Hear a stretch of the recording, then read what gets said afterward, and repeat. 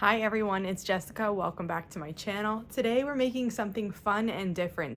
So recently on Instagram and here in a YouTube video, I asked in the comments for you to let me know the types of things that you wanted to see in December. Like if you're looking for gifts for the holidays, what types of handmade gifts, quilted handmade gifts would you like to see? And I had this idea, but somebody also mentioned it for a journal cover. So today we're starting with the very basic journal cover. I do have a list of your suggestions to try to cover this month, so we'll get to as many as we can. And I do want to do other journal modifications. So if there's time, we'll do it this month, and if not, we'll push that to January. But this is the basic journal cover that we're making today. This Dresden is not included in this tutorial. I focus solely on learning how to cover the journal. So this is just a black hard-covered notebook. We're gonna work on making this cover. This is endlessly customizable. I give you the basic measurements for the journal that I'm using, but you can apply this to any journal or notebook that you have and that you want to cover. And you can really go crazy with trying different quilt blocks or fabric combinations, basic patchwork, really anything for the cover of it. So let's get started. Today we're going to be working on a fun project that can be used as a Christmas gift or really something for any time of the year. So here I have a blank journal. This is a lined version. I just got this from Amazon. These come in so many different sizes. Right now this one is 5.5 this way and 8 inches that way. You can do this with anything. So I'm going to just give you the basic layout of what you need to do. This is going to be a really simple version. And then if there's time this month, we'll do some more complex versions with different kinds of snaps and pencil holders and all different kinds of things like that. So first of all, how I decided on the piece that I needed was I measured my journal. Now I just did this right on the cutting mat, but since I have the fabric already cut, I'm just going to show you. I just opened up the journal like this so that the whole back of it was flat. And this is so, I'll tell you the sizes that I have cut, but this is so you could do this with anything. So when I open this journal up, it is 8 inches tall and about 11.5 inches wide like this. So basically what you need to do is at least count for seam allowance and just add 1/2 of an inch onto each measurement.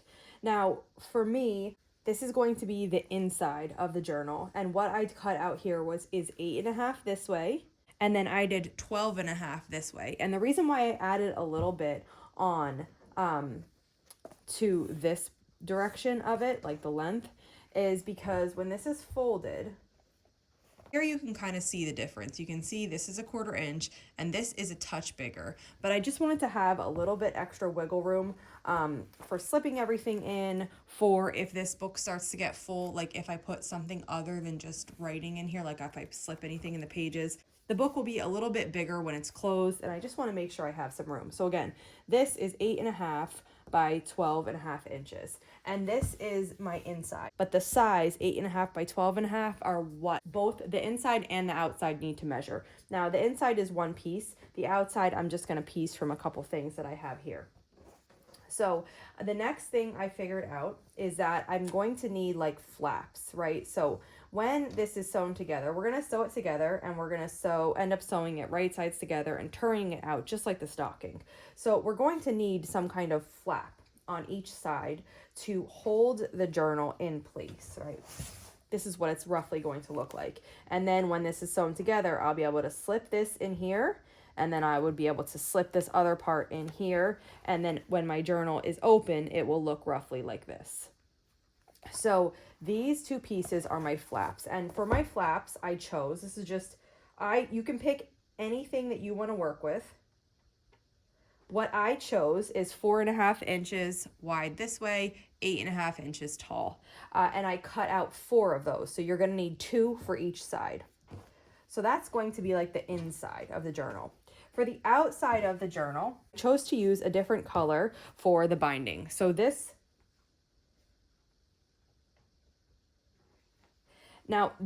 I chose by how wide about my binding is. Like this is not a very wide binding, it's 1/2 of an inch. So I put that down, And then I wrapped it around just to give myself an idea of like how much did I want showing. And I settled upon this. And of course, we're going to lose 1/4 inch of this on both sides in the seam allowance, but I thought this was a good size for me. So again, 3.5 by 8.5 for this piece. And I started out with just a yellow piece on each side. And then I ended up cutting the yellow piece and putting you know, this other colorful piece here too. And I was thinking that I might add a hexie flower or a Dresden to this, but I'm still contemplating that. So this is kind of what my outside's going to look like. So basically, all of these pieces together need to equal the same size as your inside, which was 8.5 by 12.5 for this specific notebook. So when I sew this together, it's going to be 8.5 tall, 12.5 long. And I already told you that this piece is 3.5 by 8.5. And then if I just wanted to do 2 solid sides, you'd cut them at 5 inches by 8.5. Since I split this up, I have 2 pieces here, and they're each measuring 5 inches by 4.5. And when I sew this together, this will then measure 5 by 8.5, which is the same as my other side. So I'm going to sew these together here, and then I'm going to sew these pieces together here to get one cohesive piece. I have been working on this, and here's what I have so far. So I sewed those 2 pieces together and I flipped them because I decided that I wanted the white on the top and the yellow on the bottom. And then I sewed those to the center, which will be like where the binding is, but it'll expand a little bit to the front and a little bit to the back. And then I sewed my back piece on. I also made a tiny little Dresden here, and it's not stitched down. Right now it's just glued, so I have to stitch that down, and I made the center. And this is how it's going to go. And then just here, if you see this marker, I wanted to center the Dresden on this, so I just drew a 1/4 inch seam allowance, so I was looking at the actual part that will be showing, and that I wasn't centering it on a part that's the seam allowance and will be cut away. So that's centered and glued. The yellow part is glued. I have to just hand stitch that down, and then I'm going to hand stitch the center down also. I'm kind of contemplating if I'm going to add hand stitching around the outside or anywhere here just as a fun decoration. Of course, none of that is actually necessary. I also went ahead and I cut a piece of batting that is exactly the same size, so 8.5 by 12.5. And then this is the part that I had before, and I kind of partially sewed this, but I want to show you. So this is my inside, 8.5 by 12.5. Then I said we needed 4 pieces that are 4.5 by 8.5. So I have a dotty print and a flower print for each side, and like I explained before, these are going to what the book is going to tuck under. So to make this so that the raw edges are not showing, you just take 2 of the pieces and put them right sides together, and then just sew down alongside. So this is one of the 8.5 inch sides, and I'm just sewing down the side here.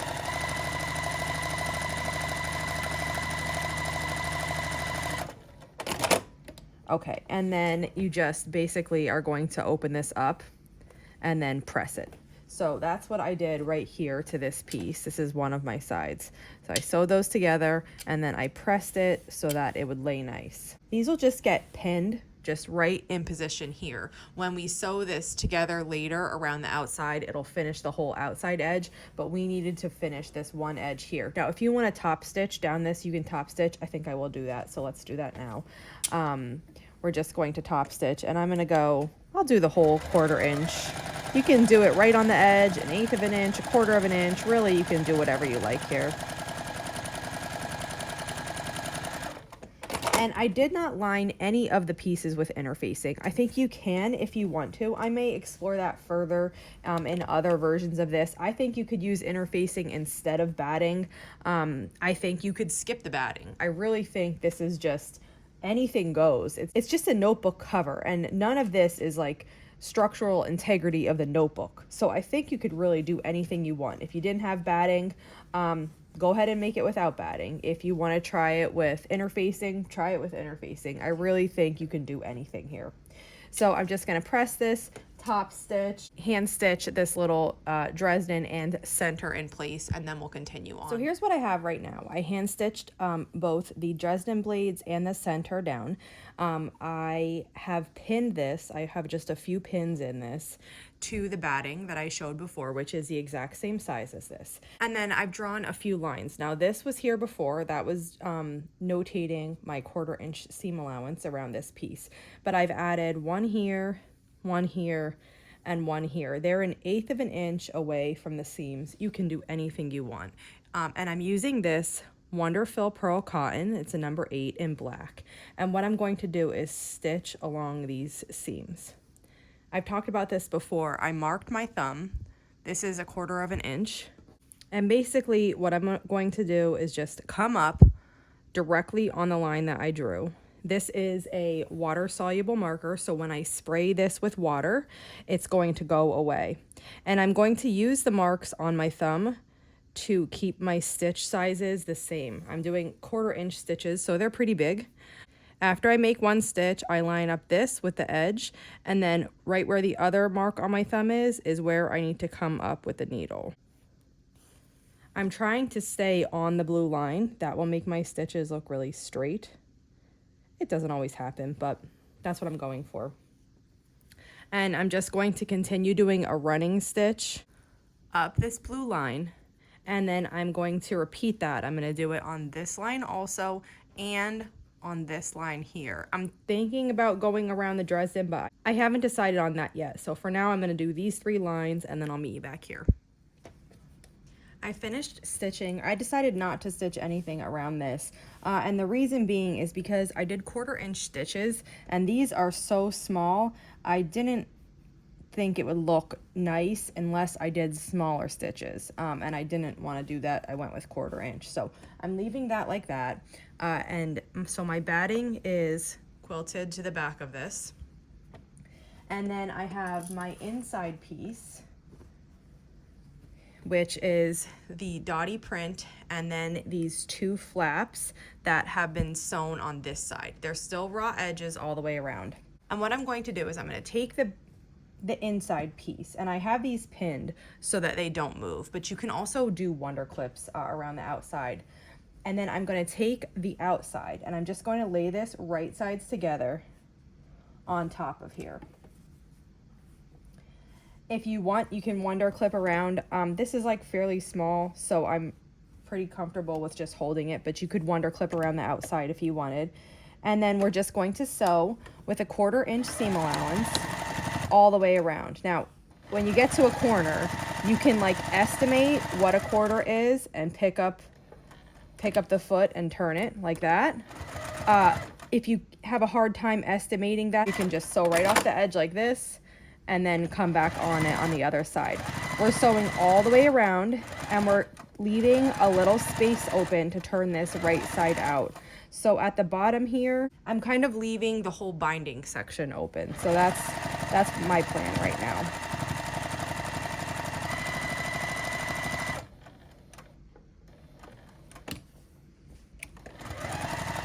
The batting can be kind of stretchy, so if you're worried about that, you can sew with this side facing up, and then it won't stretch as much. Now, as I come around to where I started, I'm going to stop and backstitch. I'm leaving this much open here. That's roughly about 3 inches. So this is what we have now. This piece, it's sewn all the way around with a 1/4 inch seam allowance, and this portion is left open. At the corners, I'm just going to trim away some of the bulk of the corner. I'm going to just round this. You just make sure you're not going through the seams at all. So again, down here, you can see where my seams are. I'm just going to round this. I'm making sure I don't actually cut into the seam, because that'll just make it unravel. And then I'll repeat that at all 4 corners.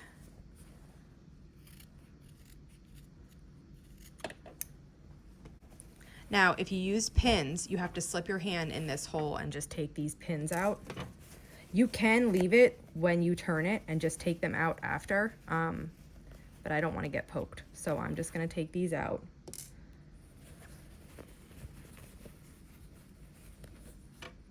I put 4 in, 1 more.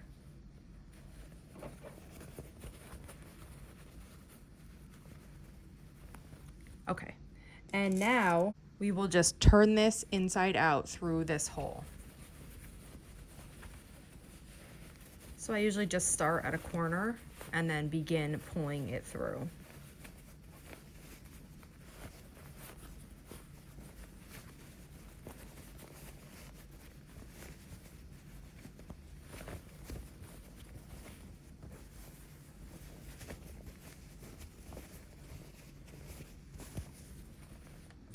And roughly we're looking something like this. But now we just have to use, you know, a point turner or something to get everything laying flat around the outside. I think all my crochet hooks are in my bag right now for crochet. So I have the back of a paintbrush, but this will work just the same. And I'm just going to rub it along the edge, just like when we did with the stocking, and that just kind of gets it to lay nice and flat. And we'll press this too, that'll make it lay even flatter. At the corners, just kind of gently poke it out. You don't want to poke too hard, you'll go straight through the corner. I've done that plenty of times. But you just need to work it slowly and gently so that you get a nice corner, but you're not ripping through your fabric. And now we have something that roughly looks like this. I'm going to take this to the iron and just press it.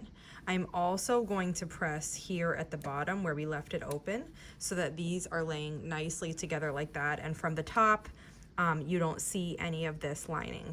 I pressed it and this is what it looks like now. So it's nice and flat. All of the edges look nice and crisp. This opening is still here, but I have it pressed so it's not really noticeable. We're going to just sew this together with a ladder stitch by hand. So I have my needle and it's threaded. I'm using thread that will kind of match this color. I'm going to come up on the one side and I'm going to start back a little bit because this is right where it stops being stitched together. So I'm gonna go back just a little bit before that. And I just came up so that my knot is stuck in this seam. I'm going to just turn this work so it's easier for me to hold. Now I'm gonna go directly across and stitch. This is a little less than 1/4 inch. And then I'm gonna repeat this back and forth on each side, stitching a little less than 1/4 inch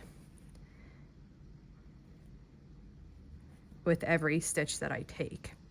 And what happens is, as you do this, once you pull your thread tight, the thread becomes invisible and this is sewn together. So I'm gonna do that for this whole gap. Now we can't stitch around the outside, top stitch around the outside like we did with the stocking because our book won't fit. The size that I made this, it is very, very snug on the notebook, here to here, because I don't want this to be flapping and loose. I want it to be really tight fitting around the notebook. So top stitching with the machine is not really an option here, which is why I'm doing this hand ladder stitch. Now, if you didn't want to do the ladder stitch by hand, you could probably just sew a little straight stitch here with your machine. Just don't go all the way around to include these flaps because we need all the way from here to fit the notebook in.